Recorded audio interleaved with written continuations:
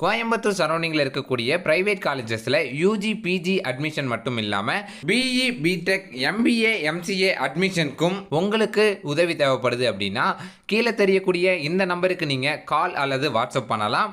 So admissions போய்கிட்டு இருக்கு. யாருக்கெல்லாம் அட்மிஷன் மற்றும் அட்மிஷன் என்கொயரி வேணுமோ மறக்காமல் கீழே இருக்கிற நம்பருக்கு கால் பண்ணுங்கள். முற்றிலும் இது ஒரு ஃப்ரீ சர்வீஸ்.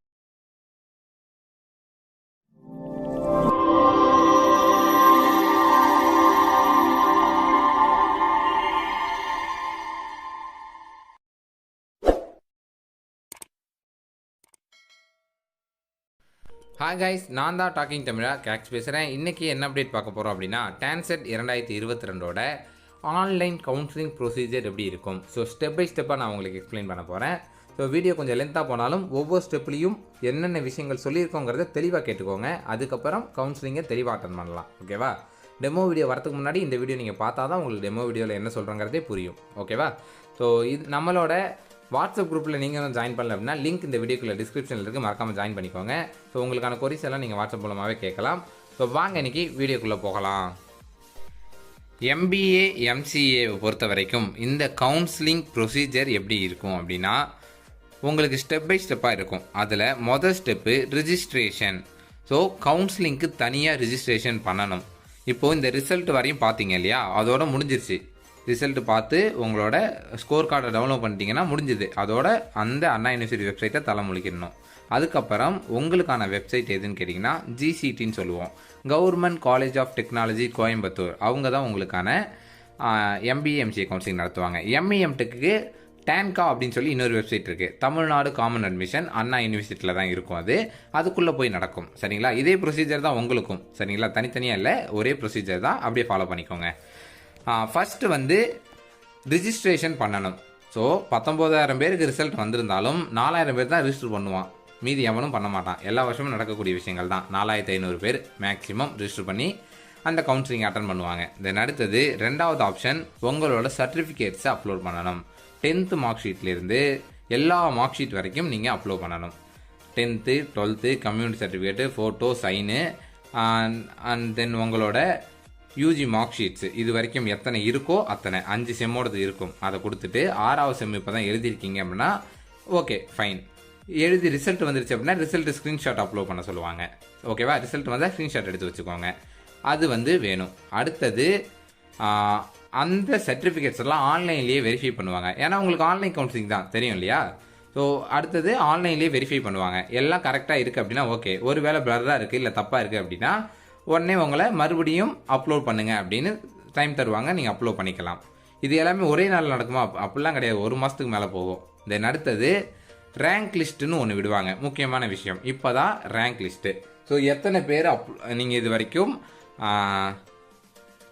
அப்ளை பண்ணி, அதாவது ரிஜிஸ்ட்ரேஷன் பண்ணி கவுன்சிலிங்க்கு சர்டிஃபிகேட் வெரிஃபிகேஷன் கம்ப்ளீட் ஆயிடுச்சோ அவங்க எல்லாருக்கும் ரேங்க் லிஸ்ட்னு ஒன்று விடுவாங்க. அந்த ரேங்க் லிஸ்ட்டில் தான் கம்யூனிட்டி வைஸ் ரேங்க் விடுவாங்க, ஓவரால் ரேங்க்னு விடுவாங்க. சரிங்களா? ஸோ அது கம்யூனிட்டி வைஸ் அது எல்லாமே கொடுத்துருவாங்க. அதே மாதிரி நேட்டிவிட்டி சர்டிஃபிகேட்ஸு ஒரு சிலர் மட்டும் அப்லோட் பண்ணுற மாதிரி இருக்கும். அது யாருன்னு கேட்டிங்கன்னா இந்த தமிழ்நாட்டில் பிறந்துட்டு அதர் ஸ்டேட்டில் போய் படிச்சுட்டு வந்திருப்பீங்க, யூஜி இல்லை 10th 12th அவங்க மட்டும் நீங்கள் நேட்டிவிட்டி சர்டிஃபிகேட் அப்லோட் பண்ணணும் அப்படின்னு சொல்லுவாங்க. ஓகேவா? தென் அடுத்தது ரேங்க் லிஸ்ட் வந்துருச்சா, அதுக்கப்புறம் என்ன நடக்கும் அப்படின்னா ரேங்க் லிஸ்ட் வந்த 1 வாரம் கழிச்சு எல்லாருக்கும் ஸ்பெஷல் ரிசர்வேஷன் கவுன்சிலிங்னு ஒன்று நடக்கும். அது என்ன ஸ்பெஷல் ரிசர்வேஷன் அப்படின்னா இந்த பிடபிள்யூடி கேண்டிடேட்ஸ் இருக்காங்க இல்லையா, அவங்களுக்கும் தென் அடுத்தது இந்த ஸ்போர்ட்ஸ் கோட்டாவில் வருவாங்க. ஸ்போர்ட்ஸ் கோட்டா இதில் வரமாட்டாங்க. இந்த எக்ஸ் ஆர்மி மேன் இவங்கெல்லாம் இருப்பாங்க இல்லையா, அவங்களோட டாட்டர்ஸ், அவங்களோட சன்ஸ் இவங்கெல்லாம் படிச்சிருப்பாங்கல்ல, அவங்களுக்கான அந்த கலந்தாய்வு தான் ஃபர்ஸ்ட் நடக்கும். அந்த கவுன்சிலிங் தான் ஃபர்ஸ்ட் நடக்கும். அந்த கவுன்சிலிங் நடந்து முடிஞ்சதுக்கு அப்புறம் தான் ஜென்ரல் கவுன்சிலிங் வரும். ஓகேவா? ஸோ அந்த ஜென்ரல் கவுன்சிலிங் வரும்போது என்னென்னலாம் பண்ணணும் அப்படின்னா அதில் ஃபஸ்ட்டு ஒரு 6 ஸ்டெப் இருக்குது. ஸோ 6 ஸ்டெப்பில் என்ன பண்ணுவீங்க அப்படின்னா ஃபஸ்ட்டு கவுன்சிலிங்க்கு நீங்கள் பேமெண்ட் பண்ணுவீங்க. எவ்வளோ பேமெண்ட் பண்ணுவோம் அப்படின்னு கேட்டிங்கன்னா 5,300 ரூபா. 5,300 ரூபா பேமெண்ட் பண்ணால் தான் கவுன்சிலிங்கில் கலந்துக்க முடியும். அதுதான் ஃபஸ்ட்டு ஸ்டெப்பு. ஓகேவா? அந்த அமௌண்ட்டை என்ன பண்ணுவாங்க அப்படின்னா அந்த அமௌண்ட்டை காலேஜில் அட்மிஷன் ஃபீஸாக கொடுத்துருவாங்க. நீங்கள் ஒரு காலேஜ் சூஸ் பண்ணுவீங்க இல்லையா, அந்த காலேஜுக்கு அனுப்பிச்சிருவாங்க. ஒருவேளை உங்களுக்கு காலேஜே கிடைக்கல, இல்லை எடுத்த காலேஜ் வேணான்னு சொல்லிட்டீங்கன்னா அதில் 5300 4000 உங்களுக்கு ரீஃபண்ட் பண்ணிடுவாங்க. 4000 ரீஃபண்ட் ஆகும் 3 மாதம் கழிச்சு. ஓகேவா? தென் அடுத்தது ரெண்டாவது ஸ்டெப் என்ன அப்படின்னு கேட்டிங்கன்னா, சாய்ஸ் ஆஃப் இன்ஸ்டிடியூஷன். அதாவது நீங்கள் என்ன காலேஜ் படிக்கணும் அப்படிங்கிறத நீங்கள் தான் செலக்ட் பண்ணணும். ஓகேவா? அவங்க தர காலேஜெல்லாம் நீங்கள் எடுக்கக்கூடாது. அப்படி தரமாட்டாங்க. எனக்கு என்ன காலேஜ் வேணும் நான் தான் கேட்பேன் அப்படின்னு தான் நீங்கள் சொல்லணும். அதுதான் அங்கே வந்து ஸ்டெப்பு. ஓகேவா? எனக்கு என்ன காலேஜ் வேணும், எத்தனை காலேஜ் வேணுங்கிறது நான் தான் செலக்ட் பண்ணுவேன். அந்த காலேஜில் எது ஃபஸ்ட்டு வேணும் செகண்ட் வேணுங்கிறதையும் நான் தான் செலக்ட் பண்ணுவேன். அதுதான் இந்த ஸ்டெப்பு. சாய்ஸ் ஆர்டர் அப்படின்னு சொல்லுவோம். நம்மளோட சாய்ஸ் எல்லாத்தையும் நம்ம செலக்ட் பண்ணிக்கணும். எனக்கு எவ்வளோ காலேஜ் வேணாலும் எடுத்துக்கலாம். ஒரு ஆள் எவ்வளோ காலேஜ் வேணாலும் செலக்ட் பண்ணலாம். 1000 காலேஜ் கூட செலக்ட் பண்ணலாம். அன்லிமிட்டட் தான். ஓகேவா? இருக்கிற எல்லா காலேஜும் கோடை கொடுத்து நீங்கள் செலக்ட் பண்ணி வச்சுட்டு அதை ஆர்டர் பண்ணணும். ஆர்டர், சாய்ஸ் ஆர்டர் ரொம்ப முக்கியமான விஷயம். அது என்னங்க ஆர்டர் அப்படின்னு கேட்டிங்கன்னா, நீ ஒரு 100 காலேஜ் செலக்ட் பண்ணிட்ட. ஓகேவா? அந்த 100 காலேஜில் உனக்கு எந்த காலேஜ் ஃபஸ்ட்டு வேணுங்கிறத நீ செலக்ட் பண்ணணும் இல்லையா? எனக்கு ஃபஸ்ட்டு இந்த காலேஜ், இதில் சீட்டு இல்லைனா இந்த காலேஜ், இதுலேயும் இல்லைனா இந்த காலேஜ்னு 100 காலேஜையும் நீ வருஷப்படுத்திக்கணும். 10 காலேஜ் செஞ்சால் 10ஐயும் வருஷப்படுத்திக்கோ. 2 தான் எடுத்திருக்கியா, 2 வருஷப்படுத்திக்கோ. அதெல்லாம் ஒன்றும் பிரச்சனை இல்லை. உங்கள் விருப்பம் தான். எவ்வளோ வேணால் எடுக்கலாம். மினிமம் ஒரு காலேஜ், மேக்ஸிமம் அன்லிமிட்டெட். ஓகேவா? தென் அடுத்தது சாய்ஸ் ஆர்டர் பண்ணி லாக் பண்ணிட்டீங்க அப்படின்னா மாற்ற முடியாது. லாக் பண்ணதுக்கு அப்புறம் என்ன நடக்கும் அப்படின்னா, அதில் ஏஐ தான் ஃபுல்லாகவே, ஆர்டிஃபிஷியல் இன்டெலிஜென்ஸ் சொல்லுவோம். அதுவே ஆட்டோமேட்டிக்காக செக் பண்ணும். ஸோ ஃபஸ்ட்டு நீங்கள் கேட்டிருக்க காலேஜில் சீட் இருக்கா, இருக்குது, கொடுத்துரு. அவ்வளோதான். செகண்ட் காலேஜை போய் எட்டி பார்க்காது. அப்படியே உங்களுக்கு அலாட்மெண்ட் வந்துடும். தென் அடுத்தது அடுத்த ஆள், உங்களுக்கு அடுத்த ரேங்கில் யார் இருக்காங்களோ அவங்களுக்கு போவோம். அவங்களுக்கு ஃபஸ்ட்டு காலேஜில் சீட் இருக்கா, இல்லை. ரெண்டாவது காலேஜில் சீட் இருக்கா, இல்லை. மூணாவது காலேஜில் சீட் இருக்கா, இருக்குது, கொடுத்துரு. அவ்வளோதான், வந்துடும். நீ 100 காலேஜ் கொடுத்துருந்தாலும் உனக்கு 3வது காலேஜ்லேயே சீட் வந்துருச்சுன்னா அதோட வந்துடும். அதுக்கப்புறம் போய் பார்க்காது. அடுத்த ஆளுவா. அதனால தான் சாய்ஸ் ஆர்டர். ஐயோ ப்ரோ, நான் 3வது இருக்கிற காலேஜை விட 4வது காலேஜ் பெஸ்ட்டு காலேஜ், அது எனக்கு கிடச்சிருக்கலாம் அப்படின்னு சொல்லலாம். அதுக்கு தான் சாய்ஸ் ஆர்டர்னு ஒரு ஆப்ஷன் வச்சுருந்தாங்க முன்னாடியே. ஸோ நீ 4வது இருக்கிற காலேஜ் பெஸ்ட்டு காலேஜ்னா அதை முன்னாடி வச்சிருக்கணும்ல. அதையே நீ மாற்றின. அதை முன்னாடி வச்சிருக்கிறதுக்கு சாய்ஸ் ஆர்டர்னு அதுக்கு தனியாக 2 நாள் டைம் கொடுத்தாங்க. அதை பண்ணணும்ல. ஓகேங்களா? இது தென் அடுத்தது இந்த ஆர்டிஃபிஷியல் உங்களுக்கு எல்லாருக்கும் சீட் அலாட்மெண்ட் பண்ணதுக்கப்புறம் அடுத்த நாள் டென்டேட்டிவ் அலாட்மெண்ட் அப்படின்னு ஒன்று வரும். அதுதான் டென்டேட்டிவ் அலாட்மெண்ட். என்ன அப்படின்னா, தற்காலிகமாக இப்போதைக்கு உங்களுக்கு இந்தந்த காலேஜில் கிடச்சிருக்கு அப்படின்னு ஷோ ஆகும். ஒரு ஆளுக்கு ஒரு காலேஜ் தான் கிடைக்கும். ஓகேவா? ஒரு ஆளுக்கு ஒரு காலேஜ் தான். ஸோ அப்போது இந்த காலேஜ் உனக்கு வேணும் வேணாம் அப்படிங்கிறத நீ செலக்ட் பண்ணலாம். அதுக்கான ஆப்ஷன் உண்டு. 2 நாள் டைம் தருவாங்க. அதில் 4 ஆப்ஷன் இருக்கும். அதை இப்போ சொன்னால் உங்களுக்கு புரியாது. ஓகேவா? ஸோ அதனால் அதை வந்து நான் டெமோ வீடியோவில் தெளிவாக சொல்கிறேன். அதில் 4 ஆப்ஷன் இருக்கும். எனக்கு இந்த காலேஜ் ஓகே, இதை விட நல்ல காலேஜ் இருந்தால் கொடுங்க. அதாவது இதுக்கு மேலே நான் கொடுத்ததில் நல்ல காலேஜ் இருந்தால் கொடுங்க.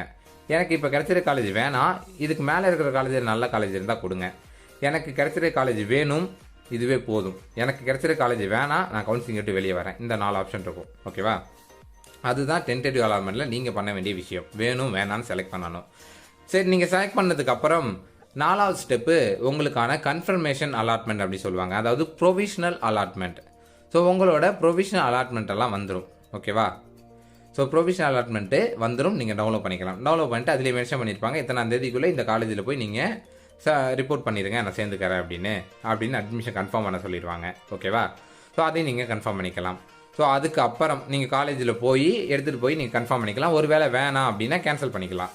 அதுக்கப்புறம் உங்கள் எல்லாருக்கும் கிடைச்சதுக்கப்புறம் 5வது ஸ்டெப்பு, நீங்கள் போய் ஃபைனல் பண்ணிட்டு கம்ப்ளீட் பண்ணிட்டீங்க அப்படின்னா கொண்டு போய் ரிப்போர்ட் பண்ணிடணும். காலேஜில் ரிப்போர்ட் பண்ணி அந்த காலேஜில் சேர்ந்துக்கணும். அவ்வளோதான், முடிஞ்சுது. அதுக்கப்புறம் 7வது ஸ்டெப் என்னன்னு கேட்டிங்கன்னா, சப்ளிமெண்ட்ரி கவுன்சிலிங், துணை கலந்தாய்வு அப்படின்னு சொல்லுவோம். அது என்னங்க சப்ளிமெண்ட்ரி கவுன்சிலிங் கேட்டிங்கன்னா, நிறைய பேர் கவுன்சிலிங் மிஸ் பண்ணியிருப்பாங்க, அட்டன் பண்ண முடியாமல் போயிருக்கும். ஏதோ ஒரு ரீசன் அட்டன் பண்ண முடியாமல் போயிருக்கும். அவங்களுக்கு சப்ளிமெண்ட்ரி கவுன்சிலிங் ஒன்று நடக்கும். அதில் எல்லாரும் எடுத்தது போக மிச்ச மீதி சீட்டு எந்த காலேஜில் இருக்கோ அந்த காலேஜஸ் எல்லாம் கலந்துக்குவாங்க. அதில் இருக்கிற சீட்டை எடுத்துக்கலாம். தென் ஒரு சிலருக்கு காலேஜே கிடச்சிருக்காது, அவங்களும் இது மூலமாக ஜாயின் பண்ணி எடுத்துக்கலாம். ஏன்னா இப்போது அவன் வந்து 40 மார்க் தான் எடுத்திருப்பான். அவன் கொடுத்துருக்க காலேஜ் பிஹெச்டி, கேசிடி, அண்ணா யூனிவர்சிட்டி, இந்த 3 காலேஜும் கொடுத்துருப்பான். 3லையுமே அவனுக்கு கிடைக்காதுன்னு அவனுக்கே தெரியும். இருந்தாலும் இந்த 3 மட்டும் கொடுத்துட்டு வந்துடுவான். அப்போது எந்த காலேஜும் கிடச்சிருக்காது இல்லையா? அப்போ அவன் இந்த சப்ளிமெண்ட்ரி கவுன்சிலிங்கில் ஜாயின் பண்ணி ஏதோ ஒரு காலேஜில் சீட்டு கிடக்கும், அந்த காலேஜை அவன் செலக்ட் பண்ணி எடுத்துக்கணும். ஓகேவா? தென் அடுத்தது SCA to SC கவுன்சிலிங்னு ஒன்று. அது உங்களுக்கு சொன்னால் புரியாது. அதாவது என்ன அப்படின்னா, SCA கேண்டிடேட் மட்டும் இருக்கீங்க. அதாவது நிறைய பேருக்கு இந்த விஷயம் தெரிலங்க.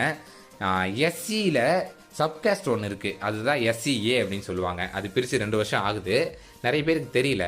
எஸ்சியில் ஆதி திராவிடர் அருந்ததியர் அப்படிங்கிற இந்த 2 கம்யூனிட்டி, இந்த 2 கேஸ்ட் இருக்குது இல்லைங்களா, இந்த 2 கேஸ்ட்டுக்கும் எஸ்சிஏ அப்படிங்கிற கம்யூனிட்டியாக பிரித்தாச்சு.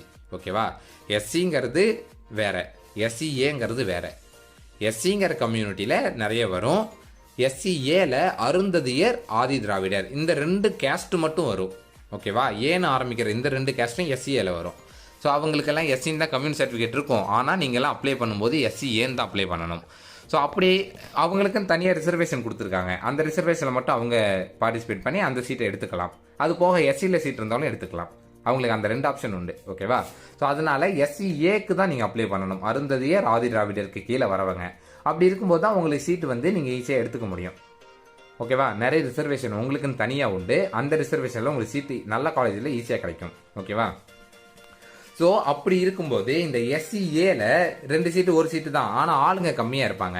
ஸோ அந்த சீட்டெல்லாம் பெண்டிங்கில் கிடக்கும். நல்ல காலேஜ்லேயே பெண்டிங்கில் கிடக்கும். அதெல்லாம் என்ன பண்ணலாம் அப்படின்னா எஸ்சி கேண்டிடேட் எடுத்துக்கலாம். எஸ்சி கேண்டிடேட் எடுத்துக்கலாம் அப்படின்னா அதில் ஒரு விஷயம் இருக்குது. அவங்க ஆல்ரெடி ஒரு காலேஜை செலக்ட் பண்ணி இருந்தால் தான் இந்த காலேஜ் சீட்டை எடுத்துக்க முடியும். அதாவது எக்ஸ்சேஞ்ச் ஆப்ஷன். அதாவது for example Anna university regional centre கோயம்புத்தூரை ஒரு எஸ்சி பையன் எடுத்திருக்கான். ஆனால் சிஐடி அப்படின்னு சொல்லக்கூடிய கோயம்புத்தூர் இன்ஸ்டியூட் ஆஃப் டெக்னாலஜியில் எஸ்சிஏல ஒரு சீட் இருக்குது. அப்போ இந்த பையன் என்ன பண்ணலான்னா இந்த சீட்டை கொடுத்துட்டு அந்த சீட்டை எடுத்துக்கலாம், எக்ஸ்சேஞ்ச் பண்ணிக்கலாம். எனக்கு இந்த ரீஜனல் சென்டர் சீட்டு வேணாம், சிஐடியில் இருக்கிற அந்த ஒரு சீட்டை கொடுங்கன்னு இந்த எஸ்சி கேண்டிடேட் பையன் எஸ்சிஏல மிச்சம் இருக்கிற அந்த ஒரு சீட்டை எடுக்கலாம். அதுக்கு தனியாக ஒரு நாள் கவுன்சிலிங் நடக்கும். அதுவும் நேரில் நடக்கும்.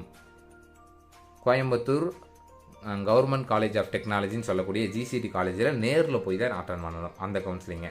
அதுதான் எஸ்சிஏ டு எஸ்சி கவுன்சிலிங். இதை பற்றி நம்ம தனியாக இன்னும் தெளிவான வீடியோ போடுவோம். அப்போ தெரிஞ்சுக்கோங்க.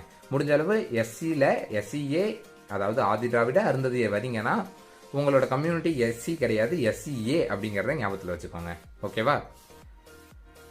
ஸோ அதுதான் இதில் நடக்கக்கூடிய விஷயம். ஸோ இதோட முடிஞ்சிடும். அதுதான் 8 ஸ்டெப்போட உங்களுக்கான கவுன்சிலிங் ப்ரொசீஜர் முடிஞ்சிடும். அதுக்கப்புறம் நீங்கள் காலேஜில் சேர்ந்துக்கலாம். ஓகேங்களா? ஒருவேளை காலேஜ் சேர பிடிக்கல அப்படின்னா, கிடைச்ச காலேஜில் நான் சேரல எனக்கு வேணாம் அப்படின்னா நீங்கள் ரீஃபண்டுக்கு அப்ளை பண்ணிக்கலாம். ஒன்றும் பிரச்சனை இல்லை. ரீஃபண்ட் வந்து ஒரு 2 மாதம் கழிச்சு அப்டேட் விடுவாங்க. அப்புறம் ஒரு 3 மாதம் கழிச்சு பணம் வரும். நம்ம அப்ளை பண்ணதுக்கப்புறம் 3 மாதம் கழிச்சு பணம் வரும். ஸோ அப்போ நீங்கள் வாங்கிக்கலாம். இதுதான் வந்து ரீஃபண்ட் ப்ரொசீஜர். ஸோ அவ்வளோதாங்க. இதுதாங்க கவுன்சிலிங்கோட ப்ரொசீஜர். இப்படி தான் உங்களுக்கான கவுன்சிலிங் நடக்கும். ஸோ இது வரைக்கும் நம்மளோட சேனல் சப்ஸ்கிரைப் பண்ணல அப்படின்னா மறக்காமல் சப்ஸ்கிரைப் பண்ணிக்கோங்க. அப்போ தான் நம்ம தரக்கூடிய எல்லா அப்டேட்ஸும் உங்களுக்கு அடுத்தடுத்த நோட்டிஃபிகேஷன்ஸாக வந்துக்கிட்டே இருக்கும்.